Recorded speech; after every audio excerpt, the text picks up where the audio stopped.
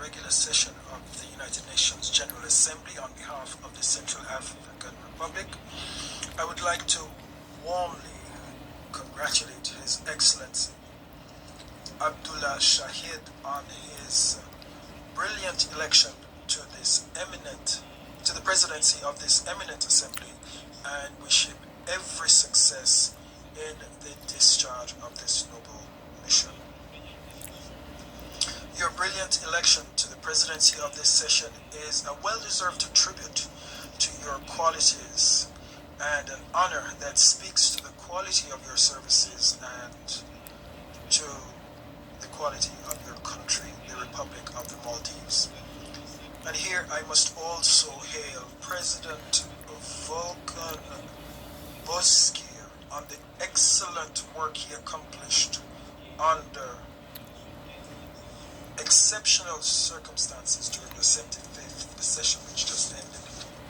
Mr. President, our 76th session is being held around a theme of poignant topicality, which is, and I quote, building resilience through hope to recover from COVID-19, rebuild sustainability, respond to the needs of the planet, respect the rights of persons, and revitalize the United Nations. This crisis, which continues to pose a challenge to the community of nations, can only be overcome if we have a more tangible form of international solidarity. And here I must pay a heartfelt tribute to the memory of the direct and indirect victims of this pandemic. With determination, despite limited resources, the Central African Republic has set about containing the epidemic, the disastrous effects of which on all sectors of our national economy have jeopardized our growth predictions for 2020 and 2021, undermining our socio-economic gains under the National Plan for Recovery and Peace Building in Central Africa. Estimates show that if the crisis is brought to an end in the next 6 months, the national economy will have lost 5.8% of its projected GDP. However, if the crisis should extend beyond 6 months, this loss will be 8.9% of the GDP. To limit the effects of the pandemic, my government is ensuring that we are safeguarding the capacities to finance our development. And here we are pressing ahead with our reform of our public finance management system, which has been if strictly implemented, the strict implementation of which enable us to conclude a second program 2020 to 2022 with the IMF as part of its extended credit facility. Now, to tackle the shocks caused by COVID-19, we must strengthen our population's resilience and invest more in a health watch system and tirelessly pursue collective awareness raising. And further, we must do everything to achieve collective immunity while intensifying our search for preventive and curative medicines as well as effective medicines. Universal access to vaccines for the countries that are least developed must be an international security priority in the name of the fundamental principles of human solidarity. Mr. President, mobilization against COVID-19 should not, however, conceal the other challenges that we are faced with, individually as states, but also collectively as an international community. One of the biggest challenges facing us as we seek to meet the needs of the planet collectively and individually is the preservation of our environment, which is threatened by various types of harmful emissions and climatic and atmospheric pollutants.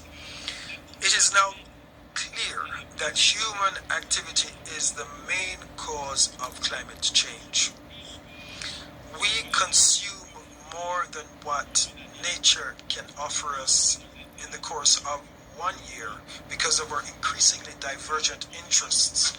Global warming, due to an excessive production of greenhouse gases, leading to climate changes which themselves cause floods during the rainy season, as well as water shortages. The overexploitation of fish stocks, our forestry resources and agricultural resources are exacerbating the degradation of our ecosystems. We have the historic responsibility to preserve our future generations by changing our behaviors and ensuring that we immediately roll out a governance framework that will enable us to achieve coordinated and sustainable management of our natural resources. My country has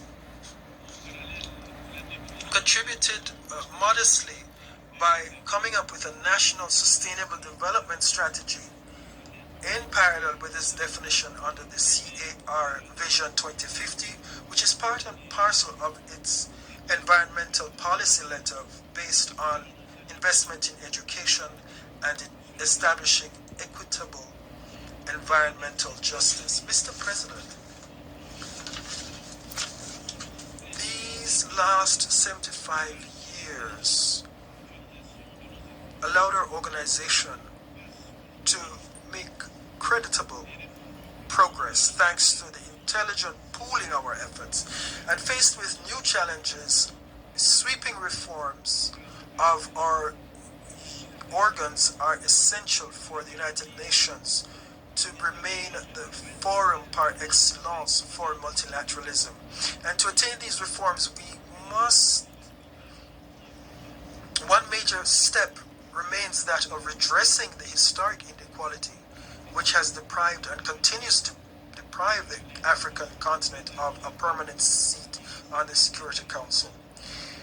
It is here and nowhere else that the solutions that preserve peace and international security must blossom in the respect for the values, principles, and commitments enshrined in our Charter.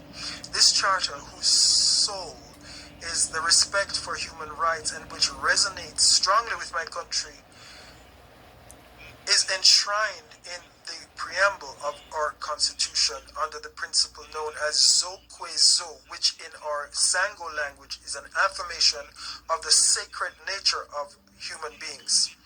Our determined action to fight impunity is demonstrated by our accession to international mechanisms to protect human dignity, allegedly committed by our armed forces and their allies during counter-offensives and raids on our national territory against the rebels of a would-be coalition of patriots for change, CPC.